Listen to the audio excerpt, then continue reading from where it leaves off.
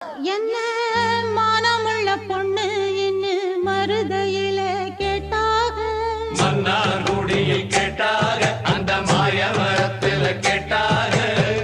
சீர்சேனத்தியோட வந்து சீமையில கேட்டாக, அந்த